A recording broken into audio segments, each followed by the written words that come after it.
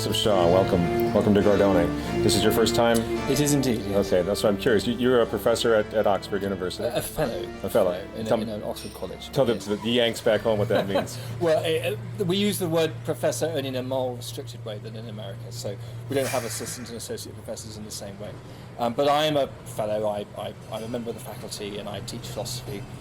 I teach ethics, in fact, medieval ethics, modern ethics, Aristotle's ethics, for Sir Bennett's Hall, which is a Benedictine college in the university. Good. Tell me something about the situation, for example, in the church. Because I mean, this event obviously is about Catholic restoration, yes. And it's about historical review and so forth. But there is also the political considerations of the revolution and so forth. In general, your situation in London, for example. Are things improving? Are things getting better, either in the church or the state? Is there anything hopeful that you can talk about with respect to the situation in your country? There are certainly many hopeful signs, and I think there's hope not only in what's happening, but what we can expect in the next decade or so, because there's definitely something happening with a turnover of generations. So where the most senior people in the church, the older generation, is dominated by people who are, in a certain sense, scarred by the liturgical reform. So they went through it themselves, they lived through it, and they had to make a decision at a very early stage in their careers how to manage that, and that management, their personal attitude they took to it, has determined the course of their careers, because you just couldn't get advanced if you didn't have the right view. And they can be very inflexible in their thinking about it. People tend to become inflexible as they grow older, but they've been inflexible for quite a long time. Whereas the new generation, so people who are now beginning to become bishops as well as senior parish priests, they're much more open-minded. They came into the pastoral work and ordination and even seminary studies with the reform already in place.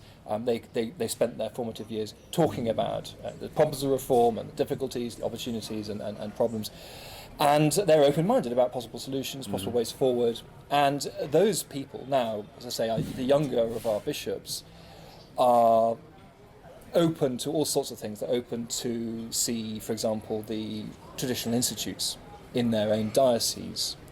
We now have 5 dioceses in England and Wales which have an official apostolate of either the Fraternity of St Peter or the Institute of Christ the King. And that's amazing. And I would have thought that was astonishing only just a few years ago. And in a similar way, we've had a succession of foundations of the Oratory of St Philip Neri, who are famous or notorious, depending on your point of view, for their liturgical apostolate, and of which the traditional Mass is a part. So we now have 5 oratories, and there's another similar phenomenon, which is the shrine of Saint Augustine in Kent. And in each case, the oratories and the recent foundations for the traditional institutes and this shrine, they're all historic churches which were otherwise going to be a problem for the diocese. It couldn't be maintained easily, often urban populations which have moved away, general decline of church-going population, and so on and so forth. A problem and a solution which I think is very familiar to Americans, but which is fairly new in England. And I think that's the pressures and the promise of a solution facing these English bishops is not going to go away.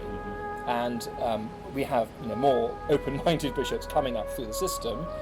They're going to seize the same chance to solve this very real problem. No bishop likes to close down a beautiful historic church with the heritage industry, as we call it in England, beating down their doors with rage about what's happened.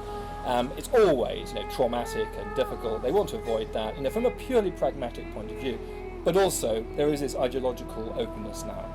So I know since Pope Benedict resigned, with the new pontificate, we have a different set of problems. We're no longer talking about liturgy all the time, no longer talking about the Benedictine restoration, all those sorts of things. But there are certain underlying trends which are here to stay. So I'm not too pessimistic about those sorts of on the ground things, because that's increasingly where vocation is going to come from as well. I mean, the traditional institutes are very good at fostering vocations, and so are the oratories. Would you say that along these lines that with the situation with Brexit, a couple of years or a year and a half ago, is the traditional Catholic thing influenced by that, impacted as well, a certain sense of, well, we want to go back to the liturgical traditions of our church, and to a degree, I think Brexit suggests that English people would like to go a little bit back in the direction of their heritage, their culture as well. Is there a correlation there? Is there a connection? Yes, I think there is a certain connection. There's a rebellion, and Brexit represented a rebellion against a certain political elite. So this elite, which has been in power for a long time in Britain, which says, well, we used to be an imperial power, and that's all over now, so we can't cope. We're no longer running this enormous empire, so we're now going to have to just be part of someone else's empire. Mm-hmm. And otherwise, how can we possibly stand on our own 2 feet?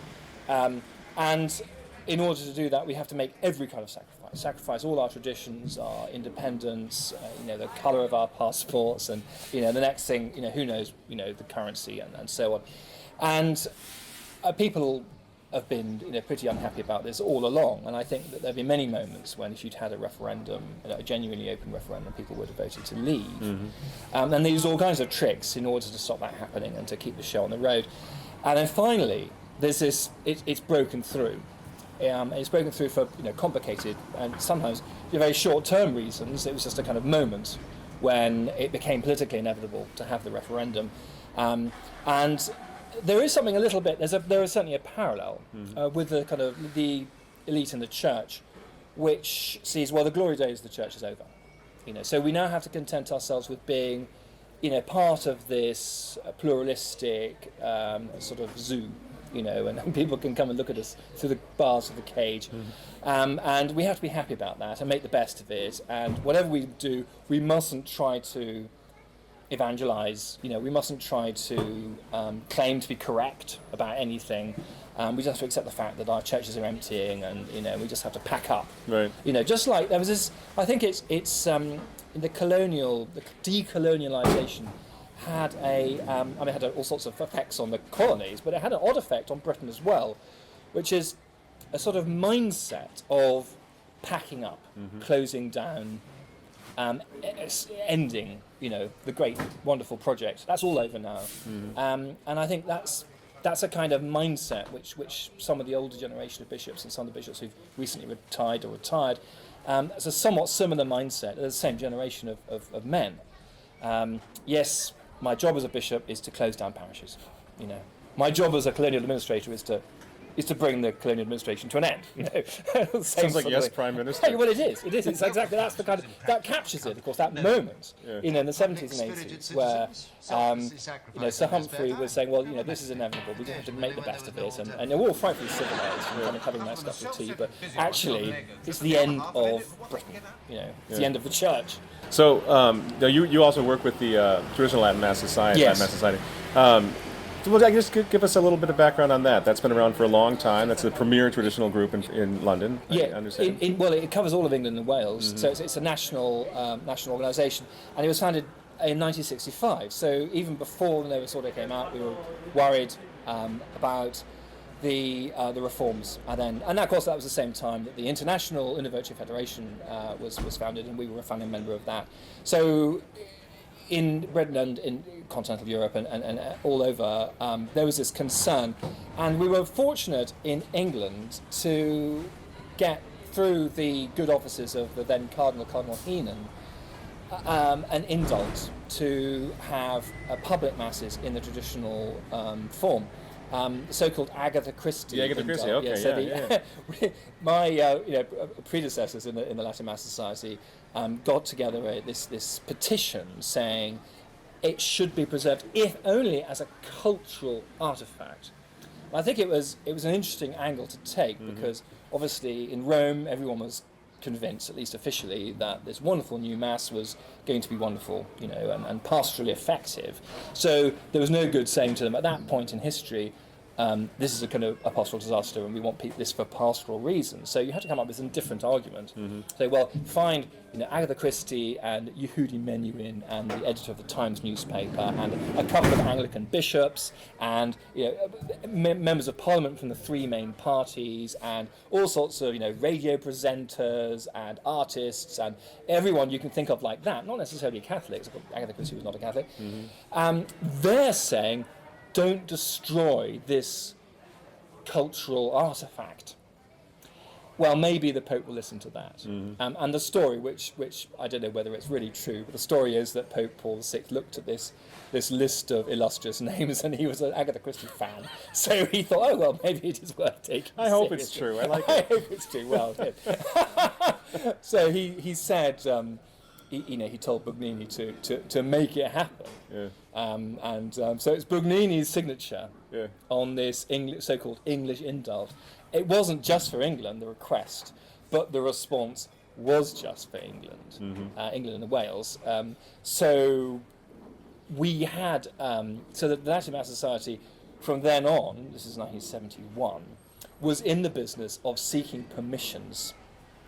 And that's something which happened all over the world from 1984, the first, Pope John Paul II's indult. But we've been doing it right since 1971, banging on the doors of bishops saying, please can we have this mass, getting a response, well, maybe on a Wednesday afternoon, on the 6th Wednesday of the month, that kind of response. So it's been a very long slog, but it has meant there's been some outlet. And we maintained a little office in London and a magazine and so on, all that time. And I'm not going to ask you to comment on the present pontificate specifically, but do you sense in the course of this pontificate that your job, maybe at Oxford as well as at the Latin Mass Society, has become a little easier? I mean, are these arguments becoming a little more easy to make now that we're seeing problems in the church that people maybe were in a little bit of denial before that they even existed? You mean the progress of decline and so on? Well, that's interesting. Well, I mean, that doesn't relate specifically to the change of papacy. It's just a process of accelerating decay. And I think that, yes, I think that again, it's if you're an old man and you can see your retirement coming up, you can afford to stick your head in the sand about a lot of things and just pretend everything can just carry on. The next bishop who comes in, he makes a review of his diocese and he sees these numbers of everything, priests, laity, anything else that might be around, like, religious sisters, promising. So, well, I'm going to be here for the next 15 years or 20 years, or I can't just pretend this isn't happening. So then you start looking for solutions. And that's where you get this sort of open-mindedness. Well, maybe we should give this another glance. And sometimes, as I say, sometimes actually it is a solution. I mean, once upon a time, the most that a bishop would give one of the traditional institutes was a little chapel in the middle of the countryside where there was no parking and no facilities, and But now, they get this enormous church in the middle of a perhaps somewhat depopulated city, but nevertheless in the middle of a city with all the government bodies concerned with Britain's heritage willing to throw money at it. It's hard work getting to do that, but they are willing to do it ultimately, and that's what the Institute has done very, very effectively in their biggest project in the north of England. And it really solves the problem.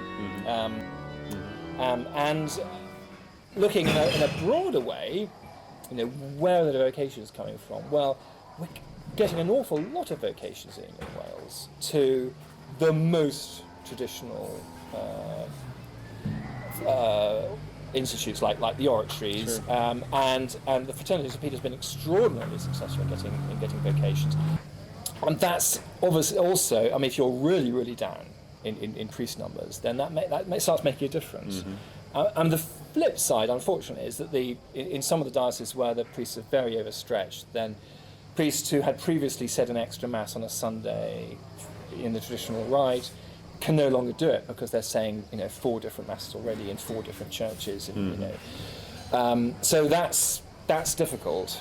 But that's a sort of short-term problem which ought to be a stimulus to to thinking in a bigger way. Right. So Pope Francis is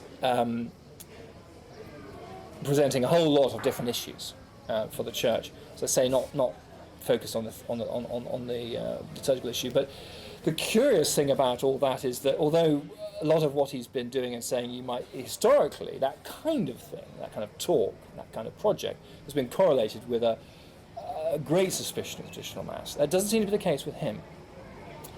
I don't, for whatever reason, he is happy to let it carry on. And right now, that's all I ask. That's really, I don't want any more.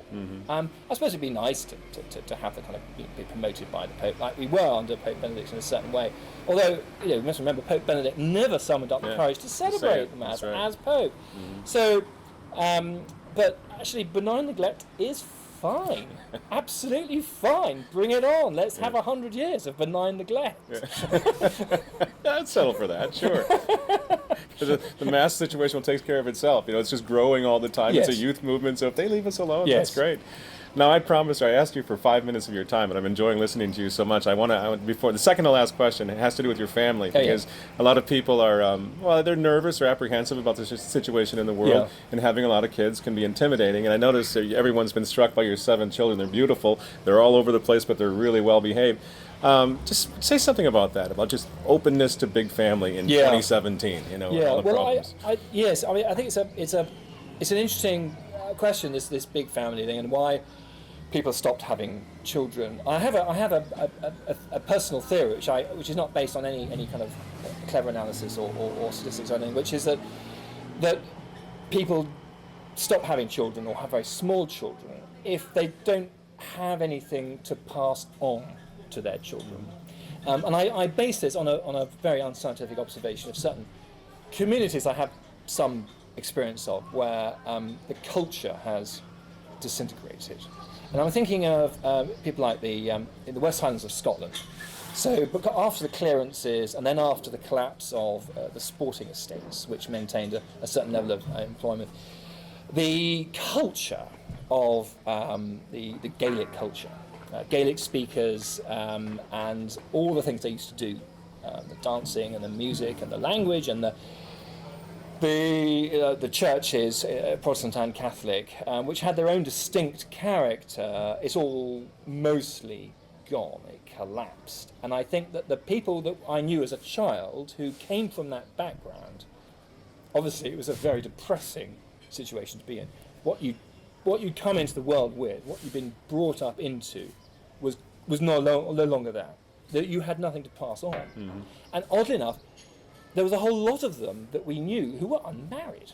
They just never got married. They were this sort of old man who lived with his sister, And, well, why did they never get married? And I think this is it, that they didn't have anything to pass on.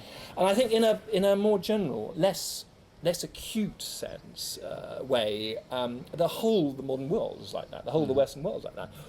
We've lost what we had. This sort of dense culture involving every aspect of culture.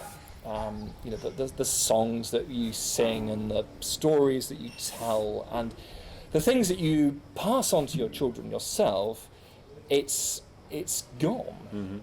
I mean, that sounds a bit melodramatic, and in a way it's been replaced by certain kind of commercial substitutes, but actually from the point of view of bringing children into the world and giving them something yourself, which is really of value, of which you can be proud of, which you want to see continue after you've gone, that's not really there anymore. And I think that people in that situation don't have children. And people talk a lot about contraception, and I don't think that's the cause. For one thing, the Muslims don't have a moral problem with contraception. They use it when it suits them, and oddly enough, it doesn't suit them all that much. It doesn't suit them so much. They don't have 13 children. So, well, what's going on there? Well, they have something to believe in. And it's curious because, it's very easy to be critical of Islamic culture, and I, would be myself in a detailed way, but it exists. It is something. and it's something which which they believe in and they want to pass on. And I have something, I think, and maybe it's false or crazy or whatever, but I'm so happy to have children that I can teach this to. Not in a kind of self-conscious, kind of didactic way, just in a kind of perfectly natural way. That every family has always done it. So, so I think this the culture of life and the openness to life and the kind of it's not just a thing about contraception. It's not just a thing about selfishness, although that can come into it. I think it's a more general kind of optimism or pessimism about one's own culture, and as Catholics, of course, the Catholic culture and is very much part of that. If what you end up doing, if you don't have that, don't have something of value, objective value, in your own view to pass on, you're just living for yourself. And I don't altogether blame people for doing that because they haven't got anything. Right. They've been deprived of it. They've been robbed. So that explains the nihilism in general that we're seeing. Yes. The lack of any sort of real reason to live other than yourself. Yes, that's right. It gets old quick. Yeah, that's right. And you come to the end of our life, and we started hearing these stories from the Netherlands where they've legalised euthanasia, and these chaps who retired go to their doctor and say, well, I feel my life has then come to a natural close, perfectly healthy, but I just want you to give me a lethal injection because that's all. That's all there is. And it's absolutely terrifying. Yeah. Do you think that this event, the summer symposium here in Gardone, that in a way bringing people like yourself together from all around the world to talk about these issues, it seems to me that it's a good start to solving some of these issues. Yes, no, it is, and of course it's unique in its way. But there are a number of other things happening which approach the problem in slightly different ways, and I think that it's been a great joy for me being involved in that in Mass Society for a few years now that I've got to know more and more of these different things, and there's a network, a mutually supportive network of different kinds of events, and it's a real cause for hope. Actually, I think so. I'm really happy. Good. Yeah. Maybe next year we'll see you again here. I hope so. Yeah, I hope so. Dr. Shaw, thank you so much. Thank you. See you next time.